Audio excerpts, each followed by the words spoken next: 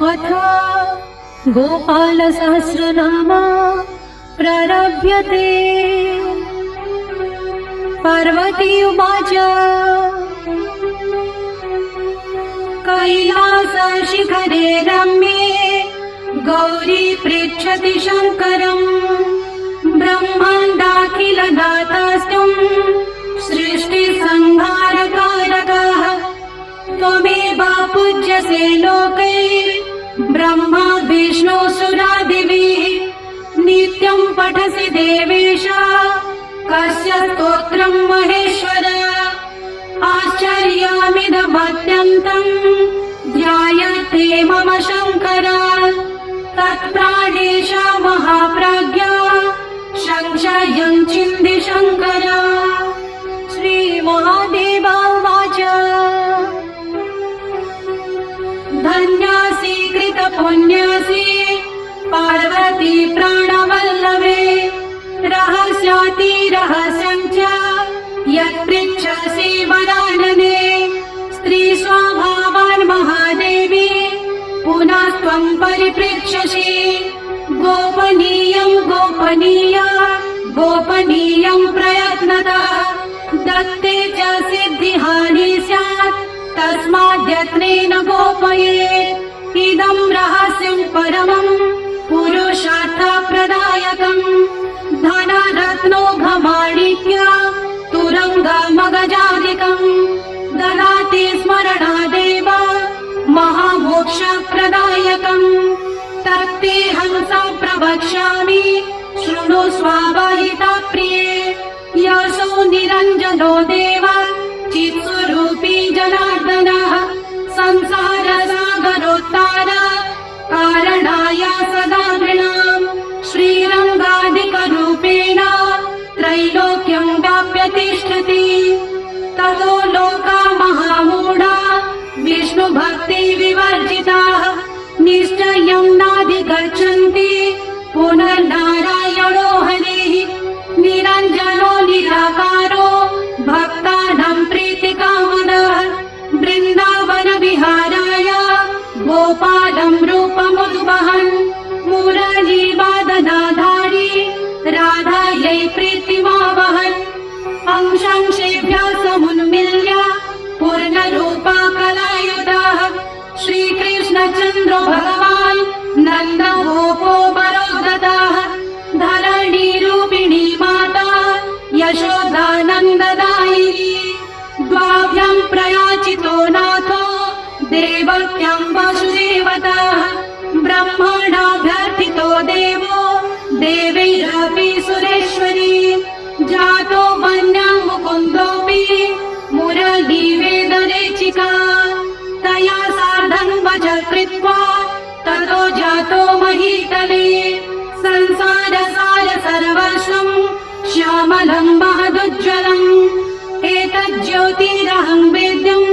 चिन्तयामि सनातनम् गौरतेजो विनायस्तु श्यामतेजः समच्चये जवेद्बाधायते वापि स भवेत्पातकी शिवे स ब्रह्माः सुरापि च स्वर्णस्तेयी च पञ्चमाः एतैर्दोषोर्विलिप्येत तेजो भेदान् महेश्वरी तस्मात् ज्योतिरभूद्वेधा राधा माधवरूपकम् तस्मादिदं महादेवी गोपालेनैव भाषितम् दुर्वाससो मुनिर्मोहे कार्तिक्यं रासमण्डले ततः पृष्ठवती राधा सन्देहं भेदमात्मनः निरञ्जनात् समुत्पन्नं मयाधीतं जगन्मयी श्रीकृष्णेन ततः प्रोक्तं राधायै नारदाय च ततो नारदतः सर्वं विरला वैष्णवास्तथा कलौ जानन्ति देवेशि गोपनीयं प्रयत्नतः शठाय कृपणार्थाय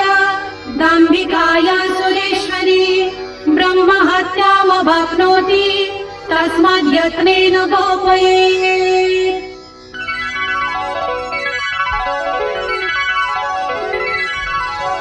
अस्य श्री गोपाल सहस्रनाम स्तोत्र महामन्त्रस्य श्रीनारदर्षिः अनुष्टुप् छन्दः श्रीगोपालदेवता कामो बीजं मायाशक्तिः चन्द्रः कीलकम् श्रीकृष्णचन्द्र भक्तिरूपफलप्राप्तये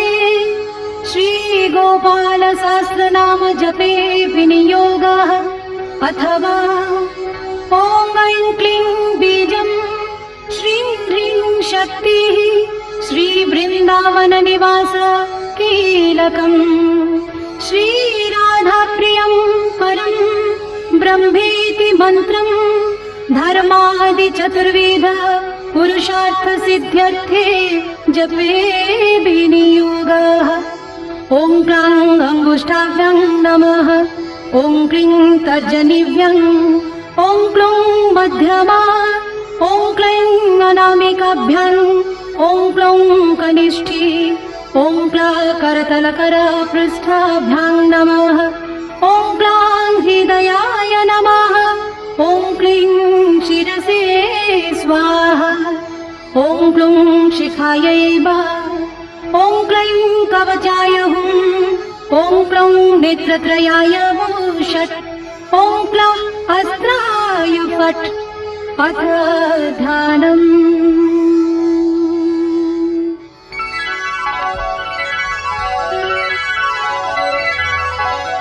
कस्तूरितिलकं ललाटपटले वक्षस्थले कौस्तुभम् कस्तूरितिलकं ललाटपटले वक्षस्थले कौस्तुभम् नासाग्रे वरमौक्तिकं करतले वेणुकारे कङ्कणं करतले वेणुकारे कङ्कणं सर्वाङ्गे हरिचन्दनं सुललितं कण्ठे च मुक्तावली गोमस्ति परिवेष्टितो विजयते गोपालचूडामणिः पुलिन्दिभरकान्तिबिन्दुवदनं वरहावतं सा प्रियम् श्रीवत्सकमुदरकौस्तुभधरं पीताम्बरं सुन्दरं गोपीनं नयनोत्पलाचिततनुं गोगोपसङ्घाप्रीतम् गोविन्दं कलवेणुवादनपरं दिव्याङ्गभूषं भजे इति ध्यानम् ॐ क्लीं देव कामदेव कामबीज शिरोमणिः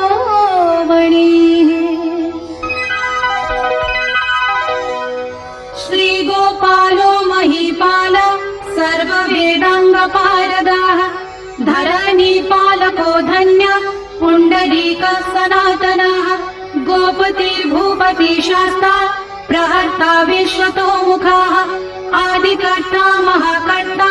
महाकाला प्रतापवान् जगज्जीवो जगद्वाता जगद्भर्ता जगद्वसुः मत्स्यो भावाकुः भर्ता हर्ता वाराहमूर्तिमान् नारायणो ऋषिकेशो गोविन्दो गरुडध्वज गोकुलेन्द्रो महाचन्द्र शर्वरी प्रियकारकः कमलमुखलोलाक्ष पुण्डरीकाशुभावः दुर्वासा कपिलो भौमा सिन्धुसागरसङ्गमः गोविन्दो गोपतिर्गोत्र कालिन्दी प्रेमपूरकः गोपस्वामी गोकुलेन्द्र गोवर्धन वरप्रदः नन्दादिगोकुलत्राता दाता दारिद्र्यभञ्जनः सर्वमङ्गलदाता च सर्वकामप्रदायकः आदिकर्ता महीभर्ता सर्वसागरसिन्धुजः गजगामी गजोद्धारी कामिकामकलानिधि कलङ्कारहितश्चन्द्रो बिम्बास्यो बिम्बसत्तमः मालकार कृपाकार कोकिलास्वरभूषणः रामो नीलाम्बरो देवो पुरी वेता महामारी विनाशनः शिवा शिव नमो वेत्ता बलदाती प्रभु जगः कुमारी वरदायी च वरन्यो मीनकेतनः नरो नारायणो धीरो राधापतिरुदारधीः श्रीपति श्रीनिधि श्रीमान् मापति प्रतिराजः वृन्दापति कुलग्रामी धामी ब्रह्मा सनातनः रेवती रमणो राम चञ्चल चारुलोचनः रामायण शरीरोऽयं रामि राम श्रियपतिः शर्वण शर्वरी शर्व सर्वत्र शुभदायकः राधा राधायिता राधे राधा चित्त प्रमोदकः राधारते सुखोपेतो राधा मोहन तत्परः राधा वशीकरो राधा हृदयाम्भोज षट्पदः राधा लिङ्गान सम्मोहो राधा नर्तन कौतुकः राधा सञ्जात सम्प्रीति राधा काम फलप्रदः वृन्दापति कोशनिधि कोशोको विनाशकः चन्द्रपतिश्चन्द्रपति चण्डकोदण्डभञ्जनः रामो दाशरथी रामो भृगुवंश समुद्भवः आत्मा रामो जितक्रोधो मोहो मोहान्धभञ्जनः वृषभानुर्भवो भाव काश्यपि करुणानिधिः कोलाहलो हलिहानि हेलिहलाधर प्रियः राधा मुखाब्जमर्तण्डो भास्करो रविजो विदुः विधिर्विधाता वरुणो वारुणो वारुणि प्रियः रोहिणी हृदयानन्दो वासुदेवात्मजो बली नीलाम्बरो रोहिणीयो जरासन्धवधो मनः नागो नवाम्भो विरुदो विरहावरदो बली गोपाथो विजयी विद्वान् शिपिविष्ट सनातनः परशुराम वचोग्राही वरग्राही श्रीगाणः नमघोषोपदेष्टा च रथग्राही सुदर्शनः वीरपत्नी यशस्नाता जराव्याधि विघातकः द्वारकामास तत्त्वज्ञो हुताशन वरप्रदः यमुना वेगसंहारी नीलाम्बरधर प्रभुः विभूषरासनो धन्वी गणेशो गणनायकः लक्ष्मणो लक्ष्मणो लक्ष्यो रक्षो वंश विनाशनः वामनो वामनीभूतो वामनो वामनारुहः यशोदानन्दन कर्ता यमोदाजुरमुक्तिदः पुलुखली महामानी दामबद्धा वैष्णवी भक्तानुकारी भगवान् केशवाचलधारकः केशिहा मधुहा मोही वृषासुरा विघातकः अघासुरा विनाशी च पुत्राणां मोक्षदायकः कुब्जा विनोदि भगवान् कंस मृत्युर्महामुखे अश्वमेधो वाजपेयो गोमेधो नरमेधवान् कन्दर्पकोटिलावण्या चन्द्रकोटि सुशीतलः रविकोटि प्रतीकाशो वायुकोटि महाबलः ब्रह्मा ब्रह्माण्डकर्ता च कमलावञ्चितप्रदः कमलो कमलाक्ष्यश्च कमलामुखलोलुपः कमलाव्रतधारी च कमलावपुरन्दरः सौभाग्याधिकचित्तोऽयं महामायी महोत्कटः तारकारी सुरत्राता मारीचक्षोकारकः विश्वामित्रप्रियो दन्तो राम राजीवलोचनः लङ्कादीपाकुलध्वंसी विभीषण वरप्रदः सीतानन्दकरो रामो वीरो वारिधिवन्दनः खरदूषण संहारी साकेतापुरवासिनः चन्द्राबलीपतिकूल केशिकंसवधोमरः माधवो मधुहा माध्वी माध्वी गो माधवो मधुः मुञ्जाटवी गहमाना धेनुकारे धनात्मजः बंसी बटविहारी च गोवर्धन वनाश्रयः तथा तालवनोदेशी भण्डिरवनशङ्कः क्रीडाभट्ट कथाकारी वृषभानुसुतापतिः राधा प्राण समो राधा बदनाब्ज मधु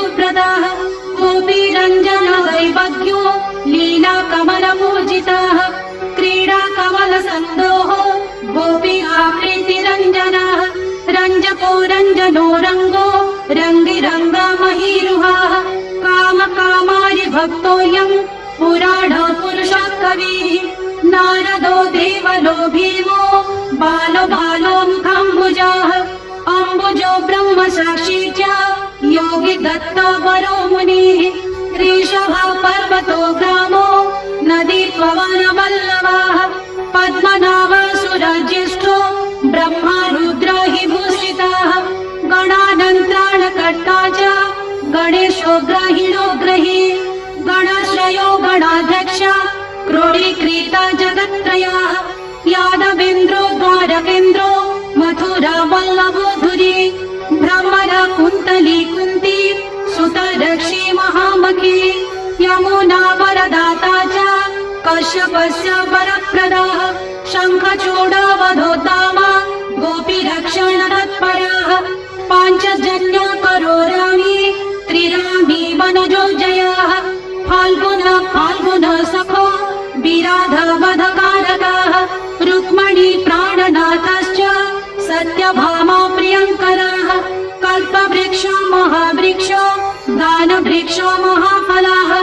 अंकुशो भूषुरो भामो भामको भ्रामको हरिः सरल शाश्वतो वीरो यदुवंशी शिवात्मकः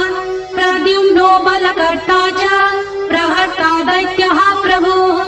महाधनो महावीरो वनमाला विभूषणः तुलसीदाम शोभढ्यो जलन्धर विनाशनः शूराशूर्यो मृदण्डाश्च भास्करो विश्वपूजितः राविस्तमोहबन्धिश्च बाणवो बणवानलः दैत्यदर्प विनाशी च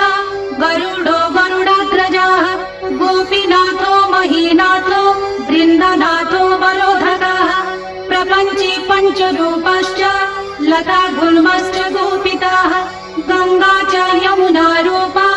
गोदा वेत्रवती तथा कावेरी नर्मदा ताप्ती गण्डकी सरयुस्तथा राजस तामस सत्त्वी सर्वाङ्गी सर्वलोचनः सुधामयो मृतमयो योगिनी वल्लभ शिवः बुद्धो बुद्धिमतां श्रेष्ठो विष्णुर्जिष्णु शचीपतिः वंशी वंशधरो लोको विलोको मोहनाशनः रवरायो रवो रामो बालो बालो वलाहकः शिवो रुद्रो नलो नीलो लाङ्गली लाङ्गलाश्रयः पारद पावनो हंसो हंसारूढो जगत्पतिः मोहिनी मोहनो मायी महामायो महामखी वृषो वृषाकपि काला काली दमनकारकः कुब्जा भाग्यप्रदो वीरो रजकक्षयकारकः कोमलो वारुणो राजा जलजो जलधारकः सुधामयो मृतमयो योगिनी वल्लभ शिवः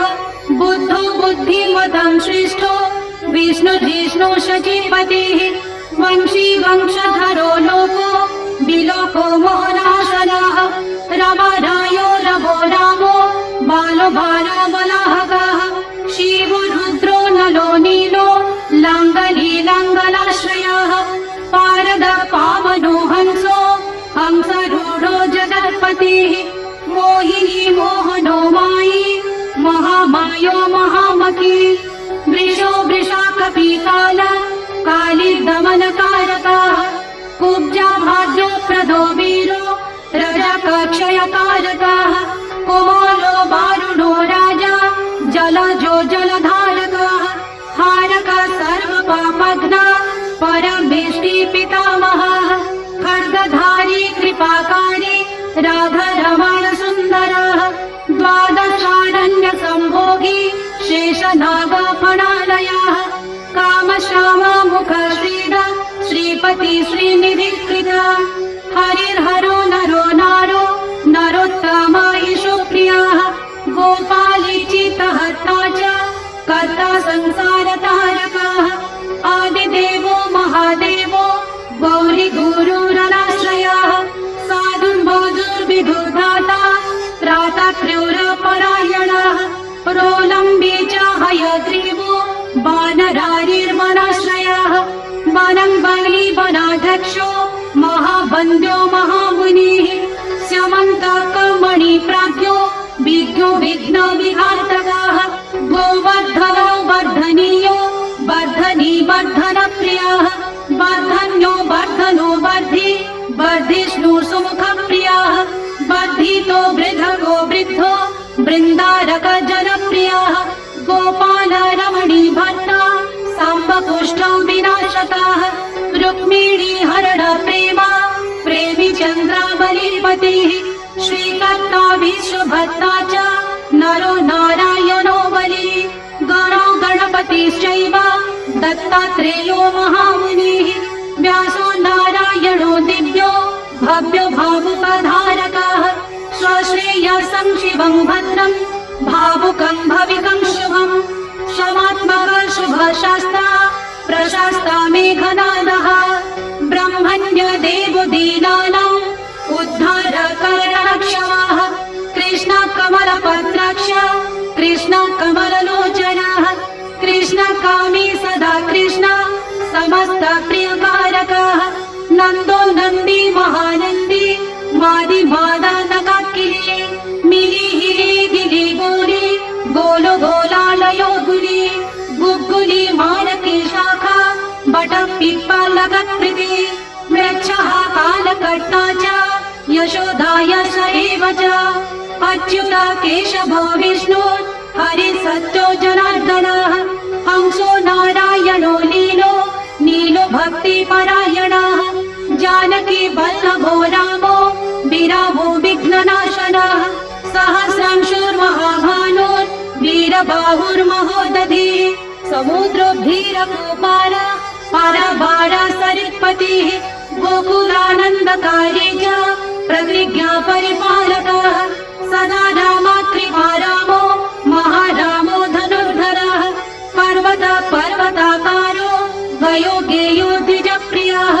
काम्बलाश्वातरो रामो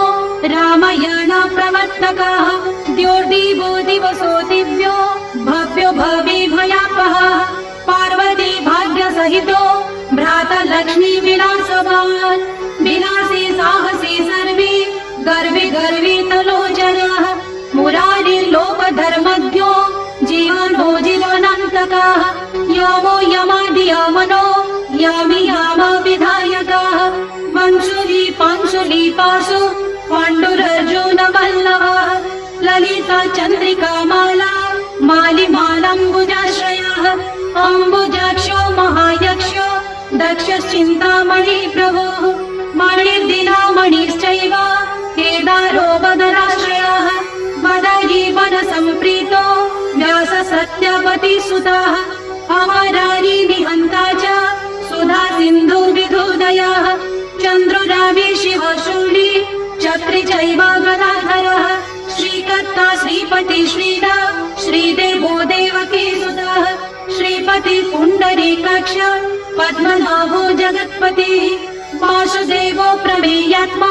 केशवो गरुडध्वजः नारायण परं धाम देवदेवो महेश्वरः चक्रपाणि कलापूर्णो वेद वेद्यो दयानिधिः भगवान् सर्वभूतेषु गोपालः सर्वपालकः अनन्तो निर्गुणोऽनन्तो निर्विकल्पो निरञ्जनः निराधारो निराकारो निराभासो निराश्रयः पुरुष प्रणवातीतो मुकुन्दः परमेश्वरः क्षणावनि सार्वभौमो वैकुण्ठो भक्तवत्सलः विष्णुर्दामोदर कृष्णो माधवो मथुरापतिः देवकी गर्भसम्भूतो यशोदा वत्सलो हरिः शिव संकर्षण शम्भु भूतनाथो दिवस्पतिः अव्यय सर्वधर्मज्ञो निर्मलो निरुपद्रवः निर्माण नायको नित्यो नीलजीमूतसन्निभः कलाक्षयश्च सर्वज्ञ कमलारूप तत्परः ऋषिकेश पीतवासा वसुदेव प्रियध्वजः नन्दगोपो कुमारार्यो नवनीताशन प्रभुः पुराण पुरुष श्रेष्ठ शस्त्रपाणि सुविक्रमः अनिरुद्धश्चक्ररथ शार्ङ्गपाणिश्चतुर्भुजः गदाधर सुरातिघ्नो गोविन्द वेणुवाद्या विशारदाः त्रीणावर्तन्तको भीमा साहसो बहुविक्रमाः शकटासुरसंहारी बकासुरविनाशनः धेनुकासुरसंहारी पूतनारी नृकेशरी पितामहो गुरु साक्षात् प्रत्यगात्मा सदाशिवः अप्रमेय प्रभप्रज्ञो प्रदैक्यः स्वप्नवर्धनः धान्यमान्यो भवो भावो धीरशान्तो जगद्गुरुः अन्तर्यामीश्वरो दिव्यो दैवज्ञो देवता गुरुः क्षीराब्धिशयनो धाता लक्ष्मीवान् लक्ष्मणाग्रजः धात्रीपतिरमेयात्मा चन्द्रशेखर पूजितः लोकसाक्षी जगच्चक्षु पुण्यचारित्र कीर्तनः कोटिमन्माथ सौन्दर्यो जगन्मोहन विग्रहः मन्दास्मिताननो गोपो गोपिका परिवेष्टितः फुल्लारविन्दनयन शाणुरन्ध्रनिशूदनः इन्दीवरदल श्यामो बहिर्बर्हापतंसकः मुरलीनिनदाह्लादो दिव्यमाल्यम्बराश्रयः सुखापोलो युगशुभ्रु युगलसुललाटकः कम्बुग्रीवो विशालाक्ष्यो लक्ष्मीवांशुवलक्षणः पीनभक्ष्याश्चतुर्बाहु चतुर्मूर्तिस्त्रिविक्रमाः कलङ्करहित शुद्धो दुष्टशत्रुनिबर्हणः किरीटकुण्डलधर कटकङ्गदमण्डितः मुद्रिकाभरणोपेतः कटिसूत्रविराजितः मञ्जिरारञ्जितपद सर्वाभरणभूषितः विन्यस्तपादयुगलो दिव्यमङ्गलविग्रहः गोपिकानयनानन्द पूर्णचन्द्रनिभाननः समस्त जगदानन्द सुन्दरो लोकनन्दनः यमुनातीरसञ्चारी राधामन्मथ वैभवः गोपुनारी प्रियोदन्तो गोपीवस्त्रापहारकः शृङ्गारमूर्ति श्रीधाम तारको मूलकारणम् सृष्टिसंरक्षणोपाय प्रियसुरविभञ्जनः नरकासुरहारी च मुरारिर्वैरिमर्दनः आदितेय प्रियो दैत्य भीकरश्चिन्दुशेखरः जरासन्धकुलध्वंसी कंसराते सुविक्रमः पुण्यश्लोका कीर्तनीयो यादवेन्द्र जगन्नुतः रुक्मिणी रमण सत्य भामजाम्बावती प्रियः मित्रबिन्दानाभ्नजिति लक्ष्मणः समुपासितः सुधाकर कुले जातो नन्द प्रबल विक्रमः सर्वसौभाग्य सम्पन्नो द्वारकायाम् उपस्थितः भद्रासुर्यासुतनाथो लीलभानुष विग्रहः सहस्र षोडश स्त्रीशो भोगमोक्षैकदायकः वेदान्त वेद्य संवेद्यो वैद्यो ब्रह्माण्डनायकः गोवर्धनधरो नाथ सर्वजीवदयाकरः मूर्तिमान् सर्वभूतात्मा पात्रत्राणपरायणः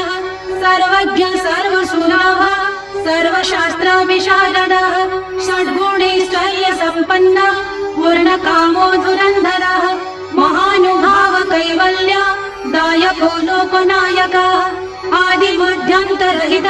शुद्ध सात्विक विग्रहः असमान समस्तात्मा शरणागतवत्सलः उत्पत्ति स्थिति संहार कारणं सर्वकारणम् गम्भीर सर्वभावज्ञ सच्चिदानन्द विग्रहः विश्वक्सेन सत्यसन्ध सत्यवान् सत्यविक्रमः सत्यव्रत सत्यसंग सर्वधर्मपरायणः आपन्नाटी प्रशमनो द्रौपदी मानरक्षकः कन्दर्प जनक प्रज्ञो जगन्नाटक वैभवः भक्तिवश्यो गुणातीत सर्वैश्वर्य प्रदायकः दमघोष सुखद्वेषी बाणबाहु विखण्डनः विश्वभक्ति प्रदो दिव्य पौरवान्वयनाशनः कौन्तेय प्रिय बन्धुश्च पाठस्यन्दन सारथिः नारसिंहो महावीर स्तम्भजातो महाबलः प्रह्लाद वरद सत्यो देवपूज्यो भयङ्करः उपेन्द्र इन्द्र वरजो वामनो बलिवन्धनः गजेन्द्र वरद स्वामी सर्वदेव नमस्कृतः शेषपर्यङ्क शयनो वैनतेय रथो जये अव्याहत बलेश्वर्या सम्पन्नं पूर्णमानसः योगेश्वरेश्वर साक्षी क्षेत्रज्ञो ज्ञानदायकः योगी हृत्पङ्कजवासो योगमाया समन्वितः नादबिन्दुकलातीत चतुर्भर्गा फलप्रदः सुषुम्ना मार्गसञ्चारी देहस्यान्तः संस्थितः देहेन्द्रिय मनः प्राण साक्षी चेता प्रसादकः सूक्ष्म सर्वगतो देहि ज्ञानदर्पण गोचरः तत्त्वत्रयात्मको व्यक्तः कुण्डली समुपश्रितः ब्रह्मण्य सर्वधर्मज्ञ शान्तो दान्तो गतक्रमः श्रीनिवास सदानन्दो विश्वमूर्तिर्महाप्रभुः सहस्रशीर्ष पुरुष सहस्राक्ष सहस्रपात् समस्त भुवनाधार समस्त प्राणरक्षकः समस्त सर्वभावज्ञो गोपिका प्राणवल्लभः नित्योत्सवो नित्यसौख्यो नित्यश्री नित्यमङ्गलः विभाचितो जगन्नाथ श्रीवैकुण्ठपुराधिपः पूर्णानन्द घनीभूतो गोपवेशधरो हरिः कलापकुसुम श्यामा कोमल शान्त विग्रहः गोपाङ्गनावृतोदन्तो वृन्दावन समाश्रयः वेणुवादरद श्रेष्ठो देवानां हितकारकः बालक्रीडा समासक्तो नवनीतस्य तस्करः गोपालकामिनी जार चोरजार शिखामणिः परज्योति पराकाश पराभास परिस्फुटः अष्टादशाक्षरो मन्त्रो व्यापको लोकपावनः सप्तकोटि महामन्त्र शेखरो देवशेखरः विज्ञान ज्ञान संधान तेजुराशि जगत्पतिः भक्तलोको प्रसन्नात्मा भक्त मन्दार विग्रहः भक्त दारिद्र्य दमनो भक्तानां प्रीतिदायकः भक्ताधीना मना पूज्यो भक्तलोको शिवङ्करः भक्ताभीष्टप्रद सर्व भक्ता घोघानिकृन्तनः अपार करुणा सिन्धु भगवान् भक्त तत्परः फलश्रुतिः इति श्रीराधिकानाथ नाम सहस्र कीर्तनं स्मरणात् पापराशीनं खण्डनं मृत्युनाशनं वैष्णवानां प्रियकरं महारोगनिवारणं ब्रह्महत्यासुरापानं परस्त्रीगमनं तथा परद्रव्यापहरणं परद्वेषसमन्वितं मानसं वाचिकं कायं यत्पापं पापसम्भवम् सहस्रनाम पाठानात् सर्वं नश्यति तत्क्षणात् महादारिद्र्ययुक्तो यो वैष्णवो विष्णुभक्तिमान् कार्तिक्यां सम्पठे रात्रौ शतमष्टोत्तरं क्रमात् पीताम्बरधरो धीमान् सुगन्धि पुष्पचन्दनैः पुस्तकं पूजयित्वा तु नैवेद्यादिभिरेव च राधाध्यानाङ्कितो धीरो वनमाला विभूषितः शतमष्टोत्तरं देवी पठेन्नाम सहस्रकं चैत्रशुक्ले च कृष्णे च गोः सङ्क्रान्तिवासरे पठितव्यं प्रयत्नेन त्रैलोक्यं मोहयेक्षणात् तुलसीमालया युक्तो वैष्णवो भक्ति तत्परः रविवारे च शुक्ले च द्वादशांशद्वासरे ब्राह्मणं पूजयित्वा च भोजयित्वा विधानतः पठेन्नाम सहस्रं च ततः सिद्धि प्रजयते महानीशायं सततं वैष्णवो य पठेत् सदा देशान्तरगता लक्ष्मी समायाति न संशयः त्रैलोक्ये च महादेवी सुन्दर्या काममोहितः मुग्ध स्वयं समायान्ति वैष्णवं च भजन्ति ता रोगी रोगात् प्रमुचेत बद्धमुच्येत बन्धनात् गुर्विणी जनयेत् पुत्रं कन्या विन्दति सत्पतिं राजनो वश्यतां यान्ति किं पुनः क्षुद्रमानवः सहस्रनाम श्रवणात् पठनात् पूजनात् प्रिये धारणात् सर्वमाप्नोति वैष्णवो नात्र संशयः बंसी बटे चान्या बटे तथा पिप्पलकेऽथवा कदम्बा पादपतले गोपालमूर्ति सन्निधो य पठेत् वैष्णवो नित्यं स याति हरिमन्दिरम् कृष्णे नोक्तं राधिकायै मयि प्रोक्तं पुरा शिवे नारदाय मया प्रोक्तं नारदेन प्रकाशितं मया त्वयि वरारोहे प्रोक्तमेतत् सुदुर्लभम् गोपनीयं प्रयत्नेन न प्रकाशं कथञ्चन शठाय पापिने चैव लम्पटाय विशेषतः न दातव्यं न दातव्यं न दातव्यं कदाचन देयं शिष्याय शान्ताय विष्णुभक्तिरताय च गोदान ब्रह्मयज्ञादिर्वाजपेयशतस्य च अश्वमेध सहस्रस्य फलं पाठे भवेत् ध्रुवम् मोहनं स्तम्भनं चैव मारणोच्चाटनादिकं यद्वाञ्छति चित्तेन ततत् प्राप्नोति वैष्णव एकादश्यां नरस्नात्वा सुगन्धि द्रव्यतैलकैः आहारं ब्राह्मणं दत्त्वा दक्षिणं स्वर्णभूषणम् तत आरम्भकर्तास्य सर्वं प्राप्नोति मानवः शतावृत्तसहस्रं च य पठेत् वैष्णवजनः श्रीवृन्दावनचन्द्रस्य प्रसादात् सर्वमाप्नुयात् यद्गृहे पुस्तकं देवी पूजितं चैव तिष्ठति न मारी न च दुर्भिक्षं नोपसर्गभयं क्वचित् सर्पदे भूतयक्षाद्या नश्यन्ति न च संशयः श्रीगोपालो महादेवी वसितस्य गृहे सदा गृहे यत्र सहस्रं च नाम्ना तिष्ठति पूजितः।